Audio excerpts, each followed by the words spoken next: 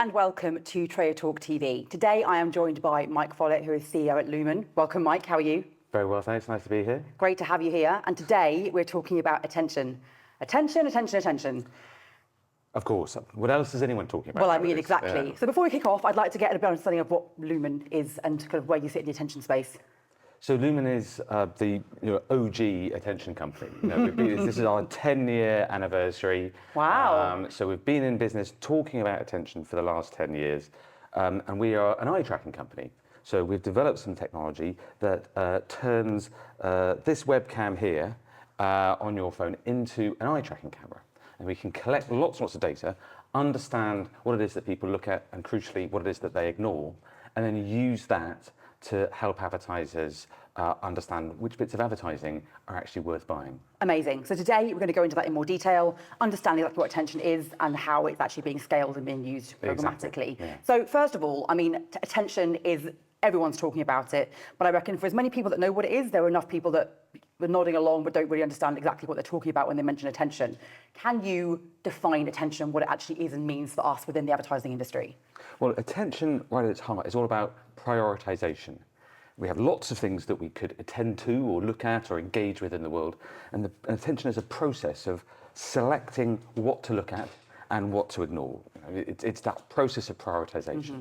Now, humans do this through their senses. We have lots of sensory information coming in, and then in the brain, we decide, intuitively, implicitly, what to attend to. We have many senses, but the most important sense that we have is our eyes. That's where we get most of our information from. And so at Lumen, we use eye tracking to work out what people are attending to. It's not everything. We have ears as well as eyes. There's haptic attention as well.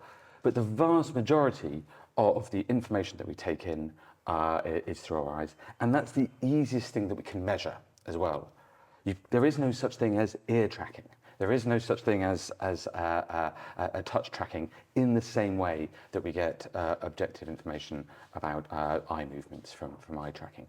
So when we talk about attention, we're usually talking about visual attention and how that relates to the outcomes that we see in market. Interesting. So talk me through kind of what that looks like, where the data, you mentioned the data comes from eye tracking, where the data comes from and how you then are able to scale that data. I'm assuming you aren't tracking every single person's phone? No, absolutely not. So it starts off, firstly, with an eye tracking panel. Yeah, an eye tracking panel. So across the world, we have done research amongst over 500,000 people. We pay them good money to download our, we've been in business for 10 years after all. There's enough time to pick up that many people. You've got the scale now. Yeah, exactly. And we pay these people good money to download our software onto their phones or onto their desktop computers. And with their permission and with their consent, we track not only what was on the screen, what was on the computer or the phone, but also did they look at it or not. Now this is by far the largest data set of its kind in the world. But while it's hundreds of thousands of people, hundreds of thousands of ads and millions of data points, it is only in the hundreds of thousands and millions rather than the billions and the trillions. Yeah. We're not tracking everyone, everywhere, all the time. In fact, this eye tracking data, what it really is ground truth data. It's the basic building blocks for what we're really interested in, which is a model, a mathematical model. So this model says that big ads get more attention than little ads. From this eye tracking panel, we observe that video ads get more than attention than static ads, or ads on website A but get more attention than ads on website B. And that information can then be used to create this mathematical model. If you can tell me that it was a big ad on screen for 5 seconds, then I can use the mathematical model to estimate how much attention that you're getting. Now, this is really important because it means that we don't have to do eye tracking studies on every single ad in every single country. we can use what we know from this ground truth data to power a model. Like I said, if you can give me the viewability data, I can give you a visual, an estimate of visual attention, which is really exciting. But that's just predicting attention. Yeah. There's another stage that we have to go on, because the important thing to remember is that while advertising is all about attention, you know, advertare, turn towards, that's what it means. No one. Who knew that? Yeah, there we are. You see, no one advertises just to get attention.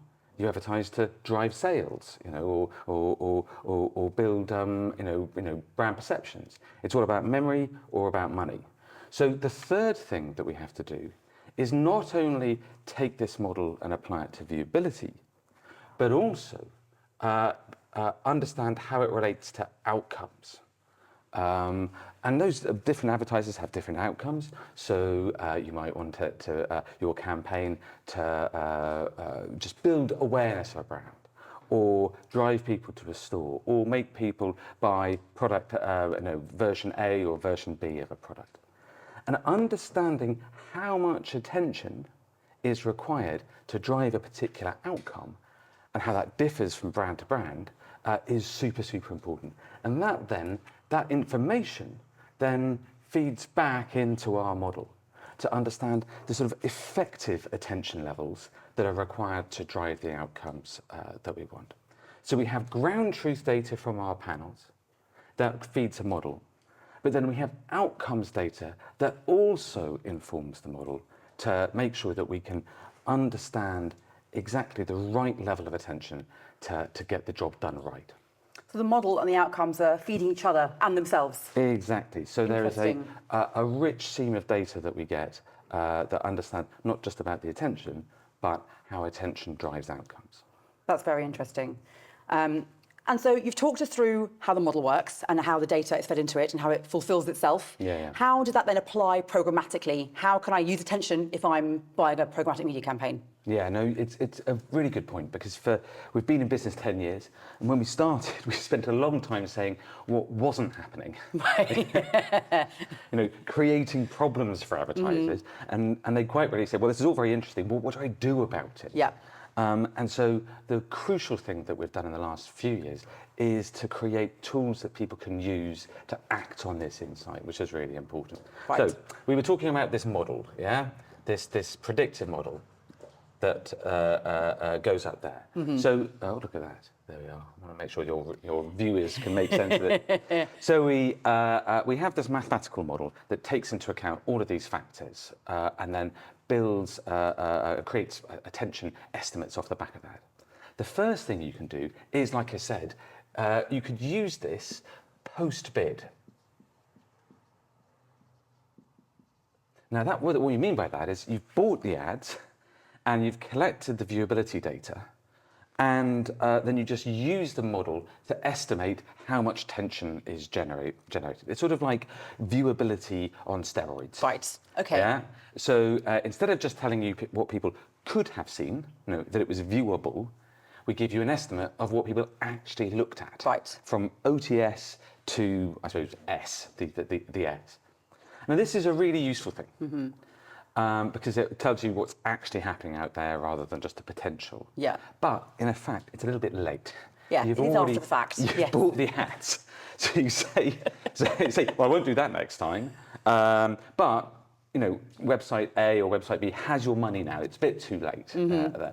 So another way of using this is pre-bid. If you know from this sort of data that format A or website B always outperforms the alternatives, instead of manually just going and buying this and that, although that's one thing that clients do, you can do that programmatically. You can set rules to say, only buy me this or Right. only buy me that. And these can be very flexible rules, because, as we said before, different brands need different things. So what you can do is you can create for yourself a pre-bid strategy to get you the right level of attention for your brand. And that can be done in a couple of ways. So this pre-bid stuff One way of doing it is through what we call an aPMP. So SSPs, have lots and lots of inventory, and within that, we'll be able to know what's the good stuff or what's the bad stuff for this particular brand. And then you can work with an SSP to create a private marketplace based on attention, hence the aPMP. And we work with loads of SSPs. I suppose Criteo is a really good example of the work where our attention data helps curate the inventory in there, and we create these sort of dynamic PMPs that learn over time and use those outcomes metrics to further refine themselves over time. But there's another way of doing this as well. The PMPs, brilliant as they are, come from a sort of select pool of inventory that we think is going to be good for you there. There's another way, though, which is to work with a DSP directly. So lots of DSPs have custom bidding algorithms, and this allows you to bid on what you think is going to be the most highly attentive, or rather the right level of attention in the moment. Yes. And that gives you far greater scope and flexibility. And so working with people like the trade desk, we've been able to fit in our data as a custom algorithm within the trade desk, and we're doing amazing stuff there. There's a campaign just recently went live in Italy, which we're really pleased with, directly with the trade desk there. But it works with other DSPs as well. But what you see though is you can use this as a measurement system, like I say, viewability on steroids. Or you can use it as a sort of contextual targeting tool with these tools here. And can I use this data to inform a pre-bid strategy? Exactly. In actual fact, the pre-bid strategy often needs to learn from the. Whenever you're doing any sort of custom algorithm, the algorithm has to work out what's working for you. Right. And it uses the data from the tags as a sort of input into creating a custom algorithm that's just right for you and your brand. But as we said beforehand, this is all great about working out what ads people are going to be looking at and how long they might be looking them for and things like that. But advertisers don't advertise for attention's sake. Attention's at the service of outcomes. Absolutely. And so all of this stuff has to be linked to outcomes data. And we can link to pretty much any outcome, but the easiest one is sort of clicks and conversions and performance metrics. We've done a big deal recently, which I'll talk about in a second, with IAS. They've got a tool called Total Visibility that gives you access to far greater and richer granular sort of clicks and performance data than you might get normally, especially now that cookies are going away. Absolutely. But this is an important metric because it's wildly scalable and it sort of can link into attribution models and things like that. That's great. But it's not the only thing that you can link to. So the next thing that we try and tend to link to is brand lift studies. Right. So we were talking about money, but we also need to remember about memories. So you can link this to your brand lift studies. You can do brand lift studies beforehand to work out what the sort of level of recall and memory you're getting, and then use these tools to increase your brand lift scores for a particular campaign, and sort of use the attention data to optimize to these outcomes. But the final thing that we're really excited about is about sales themselves, and especially retail media networks. Interesting. Because as the cookie disappears, there's sort of less of the sort of click data. Yeah. But at the same time, we're getting richer and richer data from retailers, like Amazon, like Tesco, like Boots, to help us understand what it is that people are actually doing after exposure to advertising. And this, I think, is where the most exciting developments moving forward are happening. Building models that link to clicks and to memories and to sales is where things are really going.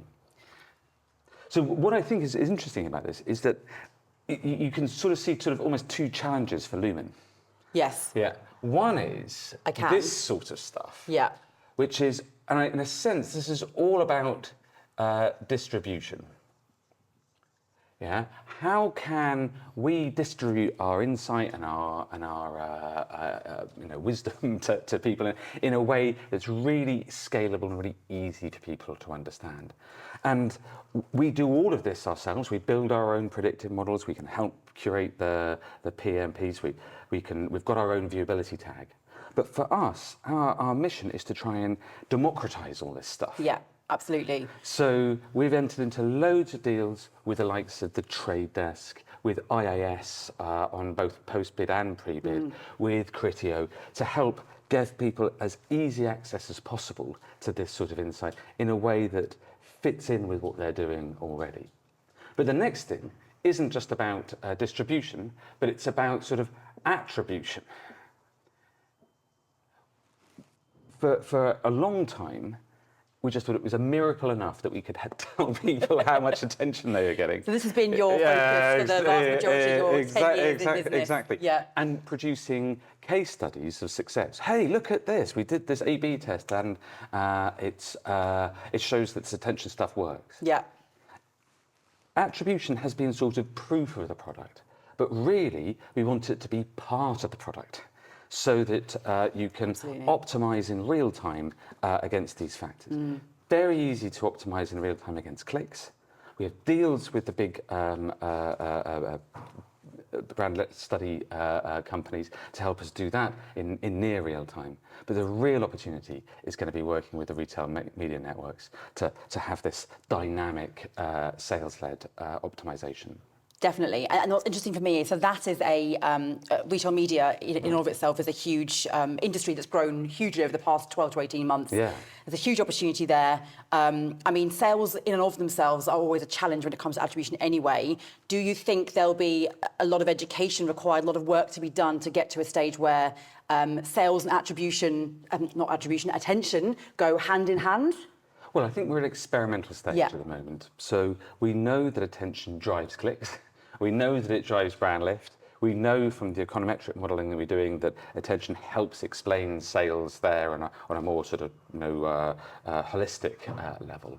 The link between attention and action is clear. Yeah. Making sure that you can make it easy via integration with retail media networks is going to be the challenge. So this works in theory and it works in practice in a sort of artisanal way. We just need to we just need to sort of turn it into a factory that sort of productize this. And that's the journey that we're on at the moment. That makes sense. That's really interesting. And so what about what's next for attention? Like, what channels media channels are we seeing it in so far?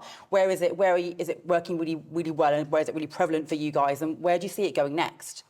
Well, I think there's probably sort of, we see growth in scope and growth in depth. Yeah. So the first thing is we've got models and data and models on all forms of digital media, so stuff on your phone, stuff on your desktop, or CTV and sort of digital ads on your FAST or CTV on your TV.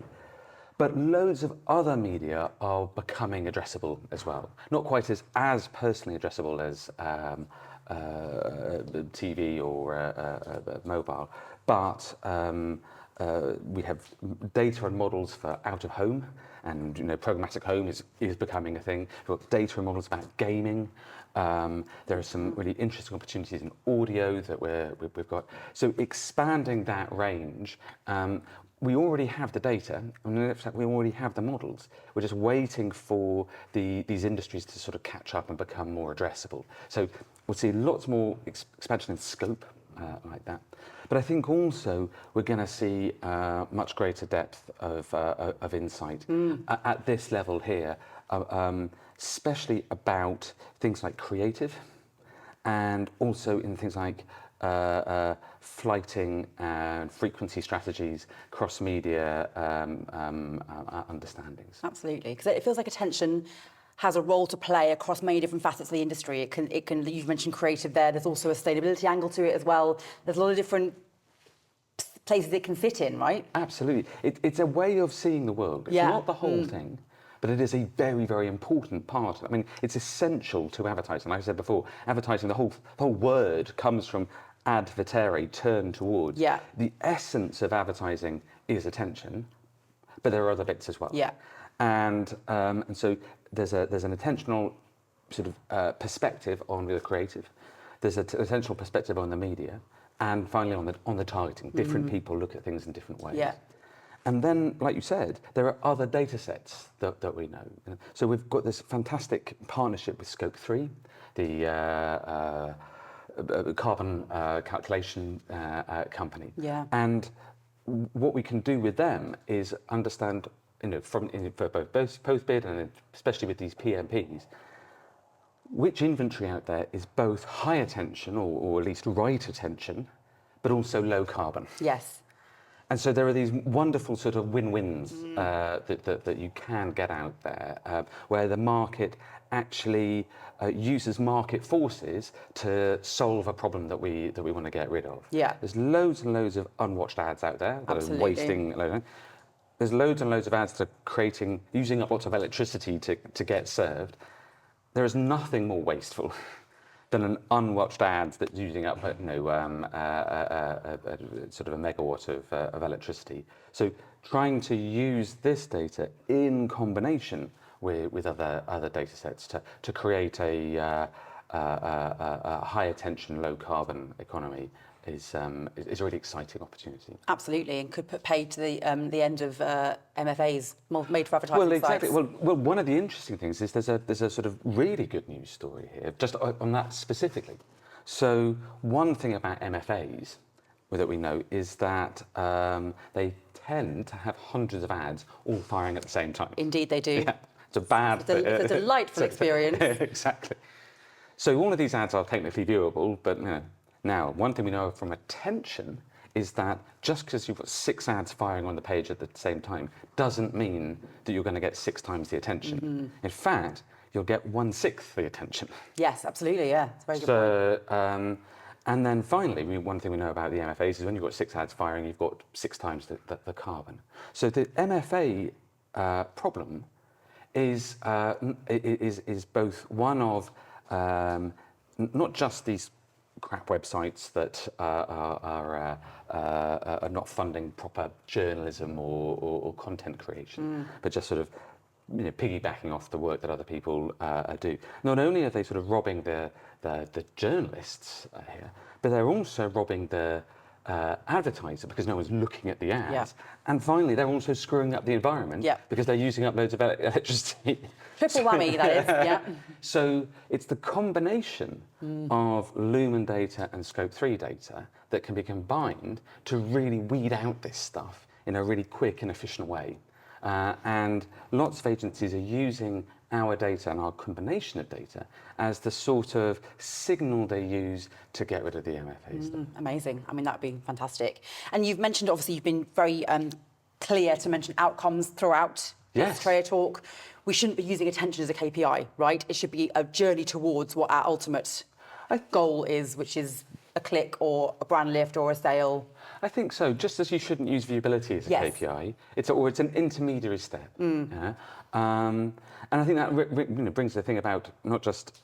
So yes, definitely don't use it as a standalone. Be clear on that. Exactly. No, you use sales or try and do the thing you're trying to do rather than stop at a step before. It's a really important way of getting to those things, avoiding wastage, avoiding inefficiency. But that's the sale is the objective. Yeah. But that, I think, then leads us on to the debate about standardization. Absolutely. Because what we've noticed is that lots of people are asking for standards. I think there is a growing consensus about what we're talking about when we talk about attention. You have to have some real but we can get to that consensus without necessarily having the MRC step in and say this is one thing rather than right. So I think there's a growing consensus that you need to have some sort of human-powered data to power a model. So companies like Amplified Intelligence, Playground XYZ, T-Vision, and of course Lumen, we all go to the trouble of actually collecting some data to build the models. That's really, really important. Absolutely, to have yeah. that. And actually, that was one of the reasons why IAS have chosen to partner with us, because we have some actual human data. We have a sort of transparent model that makes sense, that can allow advertisers to know what's actually happening rather than have some sort of black box about stuff. Yeah. So you have to have some human data, but then you have to scale it using these models. Now, as a result, what I think we'll find is that different advertisers will require different levels of attention to drive the outcomes. It's not a binary thing of, yes, this is attention, no, this isn't, or something like that, because you're using a model and you're applying, and you're using it to drive sales. Or as an industry, we're not going to have an absolute clear-cut definition. There can't be a viewability 50% in view for 1 second. It doesn't make any sense, because it could be that it's 1 second attention or 10 seconds attention, depending on what you need, what they're looking at, what the advertiser needs. Yeah, exactly. What we can have is consensus about what you need to be an attention company. That seems like a really smart thing to do. You should, these companies like ours, stuff has been audited by PwC. We've gone through the hoops, and I think that advertisers should ask those sorts of questions. Like I say, there's very, Dr. Karen Nelson-Field at Amplified Intelligence is a very, very respectable researcher, and is equally transparent about the data. That's the sort of stuff that advertisers should be looking for.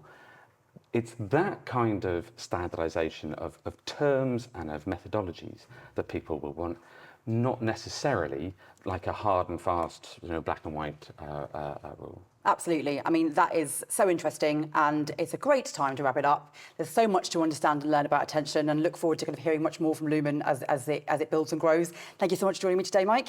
Thanks very much. And this has been TraderTalk TV. We'll see you next time.